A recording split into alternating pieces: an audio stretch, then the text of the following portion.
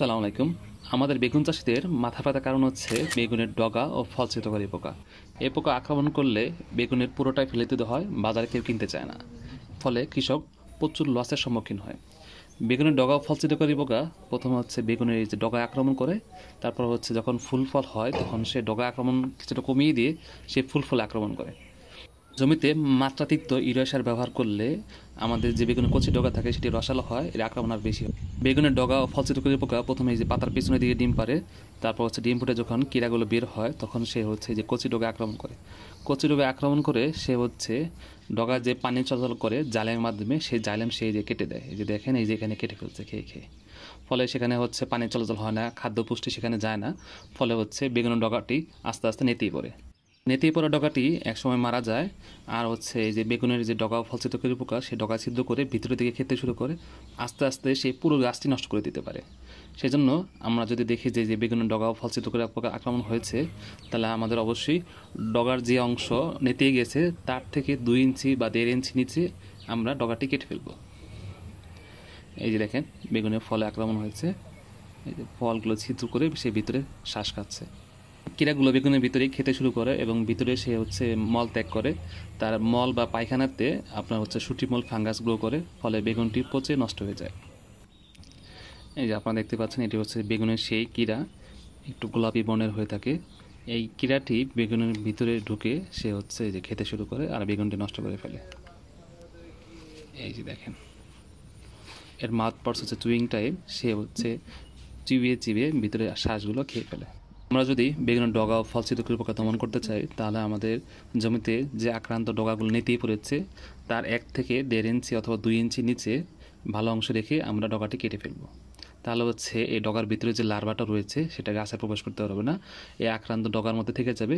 সেটি আমরা কেটে একসাথে জড়ো করব।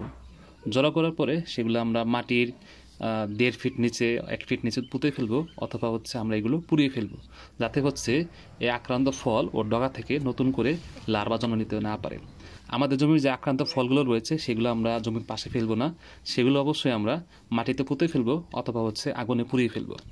বেগুনের ডগা ও ফল ছিদ্রকারী পোকায় আক্রান্ত ডগাগুলো ও ফলগুলো আমরা জমির পাশে ফেলে রাখবো না। এই যে দেখেন, এখানে যে স্তূপ করে ফেলে রাখা হয়েছে, এখানেতে দেখেন বেগুনের ভিতর লার্ভা বা কীড়া। এই কীড়াটি একসময় লাইফ সাইকেল সম্পূর্ণ করে সে হচ্ছে নতুন পোকা জন্ম নেবে। এই নতুন পোকাটি নতুন নতুন পাতায় ডিম পারবে, গাছে ডিম পারবে, সেখান থেকে হচ্ছে নতুন নতুন কীড়া জন্ম নিয়ে নতুন নতুন ডগা ও বেগুন নষ্ট করে ফেলবে। ফলে কৃষকের প্রচুর লস হবে। বেগুনে আক্রান্ত ডগা ও ফলগুলো জমি থেকে আলাদা করার পর আমাদের জমিতে যে বাজারে বিক্রির উপযোগী ভালো বেগুন রয়েছে সেগুলো আমরা তুলে ফেলবো। তারপর আমরা জমিতে পেস্টিসাইড বা কীটনাশক স্প্রে করব। আমরা অবশ্যই জমিতে যে বড় বড় বেগুন রয়েছে যেগুলো বাজারে বিক্রির উপযোগী, সেগুলো কিন্তু তুলে ফেলার পর কীটনাশক স্প্রে করব। বেগুনের ডগা ও ফল ছিদ্রকারী পোকার কীড়া হচ্ছে গর্ত করে ভিতর ঢুকে খায়, বা সে হচ্ছে গাছের ভিতরে অবস্থান করে, ফলের ভিতরে অবস্থান করে। এই বোরার টাইপ ইনসেক্ট মারার জন্য আপনারা হচ্ছে অ্যামামেকটিন বেনজোয়েট গ্রুপের কীটনাশক সিনজেন্টার প্রোক্লেম 0.5 মিলি বা 1/2 মিলি পার লিটারে প্রয়োগ করবেন। তারপর হচ্ছে 15 দিন পর আপনারা দ্বিতীয় স্প্রে করবেন। দ্বিতীয় স্প্রে হিসেবে আমরা সিনজেন্টার ভলিউম ফ্লেক্সি আমরা ইউজ করতে পারি।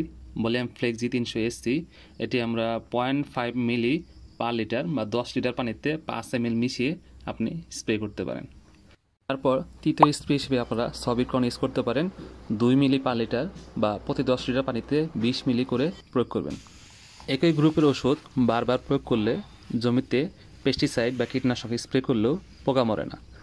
এখন আমরা আমাদের বেগুন খেতে আমরা ধানের মাজরা পোকার ওষুধ ইনসিপিও 200 SC ব্যবহার করতাম। ইনসিপিও 200 SC বেগুনে খেতে বারবার ব্যবহার করার ফলে এটি এখন বেগুনের পোকার বিরুদ্ধে কাজ করছে না। তাই আমরা একবার যে ওষুধ ব্যবহার করব সেটি আমরা পরবর্তী স্প্রেতে সেটি ব্যবহার করব না, একটু চেঞ্জ করে ব্যবহার করব। যেমন এবার আমরা ভলিউম ফ্লেক্সি ব্যবহার করেছি, পরের বার হচ্ছে আমরা প্রোক্লেম অ্যামামেকটিন বেনজোয়েট গ্রুপের সেটি ব্যবহার করব। তাহলে কিন্তু আমাদের জমিতে এই বেগুনের ডগা ও ফল ছিদ্রকারী পোকা খুব একটা সুবিধা করতে পারবে না। শীতকালে বা রবি মৌসুমে বেগুনের ডগা ও ফল ছিদ্রকারী পোকা আক্রমণ অনেকটাই কম হয়। যখন তাপমাত্রা বাড়ে বা গরমের তীব্রতা বাড়ে তখন দেখবেন যে বেগুনের ডগা ও ফল ছিদ্রকারী পোকার আক্রমণ অনেক বেশি হয়। শীতকালে এই পোকাগুলো ঘুমন্ত অবস্থায় থাকে, গরমে এই পোকাগুলো খুব দ্রুত বংশবৃদ্ধি করে এবং তার লাইফ সাইকেল খুব দ্রুত পরিপূর্ণ হয়। গরমে টেম্পারেচার বা তাপমাত্রা যখন 28 ডিগ্রি বেশি চলে যায় তখন দেখবেন যে বেগুনে আমরা যে কীটনাশক স্প্রে করি সেগুলো হচ্ছে খুব দ্রুত নষ্ট হয়ে যায়। ফলে এই পোকাগুলো খুব দ্রুত বেগুন খেতে আবার ফিরে আসে এবং নতুন নতুন ডগা ও ফলে আক্রমণ করে। তাই আমরা গরমের দিনে বেগুন খেতে আমরা ফেরোমন ট্র্যাপ ব্যবহার করতে পারি। বিএসবি বা বিনজান ফ্রুট অ্যান্ড শুট বোরার লিওর নামে বাজারে স্পানির একটি লিওর পাওয়া যায়। এই ফেরোমন লিওর বা তাবিজ ব্যবহার করে আপনি যদি ফেরোমন ট্র্যাপ তৈরি করেন, একটি প্লাস্টিকের বয়ম 3 কোণা কেটে তার মাঝখানে বরাবর আপনি তাবিজটি স্থাপন করবেন এবং নিচে পানি দিয়ে পূর্ণ করে দিবেন এবং পানিতে একটু সাবান, শ্যাম্পু অথবা হচ্ছে কাপড় কাচার পাউডার দিবেন একটু করে, তাহলে হচ্ছে এর সারফেস টেনশন নষ্ট হয়ে যাবে। এই ফেরোমন লেয়ার বা তাবিজটি এটা হচ্ছে স্ত্রী পোকা যে হরমোন নিঃসরণ করে পুরুষ পোকাকে মিলনের জন্য তার চেয়ে 1000 গুণ এখানে দেওয়া থাকে। ফলে পুরুষ পোকা আকৃষ্ট হয়ে তাবিজের আশেপাশে গুড়গুড় করে এই পানিতে ডুবে মারা যায়। আর স্ত্রী পোকা পুরুষ পোকার সাথে মিলন না হওয়ার কারণে যে ডিম পারে সেগুলো থেকে ক্রীড়ার জন্ম নেয় না বা ডিমগুলো স্ত্রী পোকার ভিতরেই নষ্ট হয়ে যায়।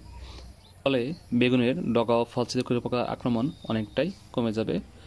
আপনাদের সাথে আরেকটি মজার তথ্য শেয়ার করি, সেটি হচ্ছে আমাদের জমিতে যখন বেগুন না থাকে তখন জমির আশেপাশের আইলে যে তিত বেগুন রয়েছে সেখানে হচ্ছে এই বেগুনের ডগা ও ফল ছিদ্রকারী পোকা আক্রমণ করে এবং সেখানে সে বেঁচে থাকে। তাই আমরা জমিতে বেগুন লাগানোর পূর্বে জমির আশেপাশে এরকম তিত বেগুন দেখলে আমরা অবশ্যই সেগুলো পুড়িয়ে ফেলবো অথবা হচ্ছে সেগুলো কেটে মাটিতে পুঁতিয়ে ফেলবো। তাহলে এই বেগুনের যে ডগা ও ফল ছিদ্রকারী পোকা আক্রমণ হয় সেটি কিন্তু অনেকাংশেই কমে যাবে। আমার ভিডিওটি আপনাদের কেমন লাগলো সেটি অবশ্যই জানাবেন। ভিডিওটি ভালো লেগে থাকলে অবশ্যই লাইক কমেন্ট করবেন, আর ভিডিও থেকে আপনি যদি উপকৃত হন সেটিও জানাবেন। আর আমাদের আশেপাশে কৃষকদের ছড়িয়ে দিবেন যে হচ্ছে বেগুনের ক্ষেতে এক কীটনাশক বারবার ব্যবহার করা যাবে না, বেগুন ক্ষেতে ইনসিপিও ব্যবহার করা যাবে না। ইনসিপিও বেগুন ক্ষেতে ব্যবহার করলে এটি হচ্ছে 20 দিন পর্যন্ত এর যে বিষ সেটি জমিতে থেকে যায়, ফলে মানুষের ক্যান্সার, কিডনি বিকল সহ বিভিন্ন ধরনের রোগ দেখা দেয়। আমাদের জমিতে যে কোনো ধরনের কীটনাশক ব্যবহারের পূর্বে আমরা অবশ্যই ফুলহাতা শার্ট পরিধান করব, হাতে গ্লাভস পরব এবং মুখে অবশ্যই মাস্ক পরব। কারণ হচ্ছে আমরা যে কীটনাশক ব্যবহার করি সেই কীটনাশক কিন্তু আপনার নাক দিয়ে মুখ দিয়ে যায়, সেটি আপনাদের কিডনি ফুসফুসের ক্ষতি করে থাকে। অবশ্যই বিষয়টি খেয়াল রাখবেন। আসসালামু আলাইকুম।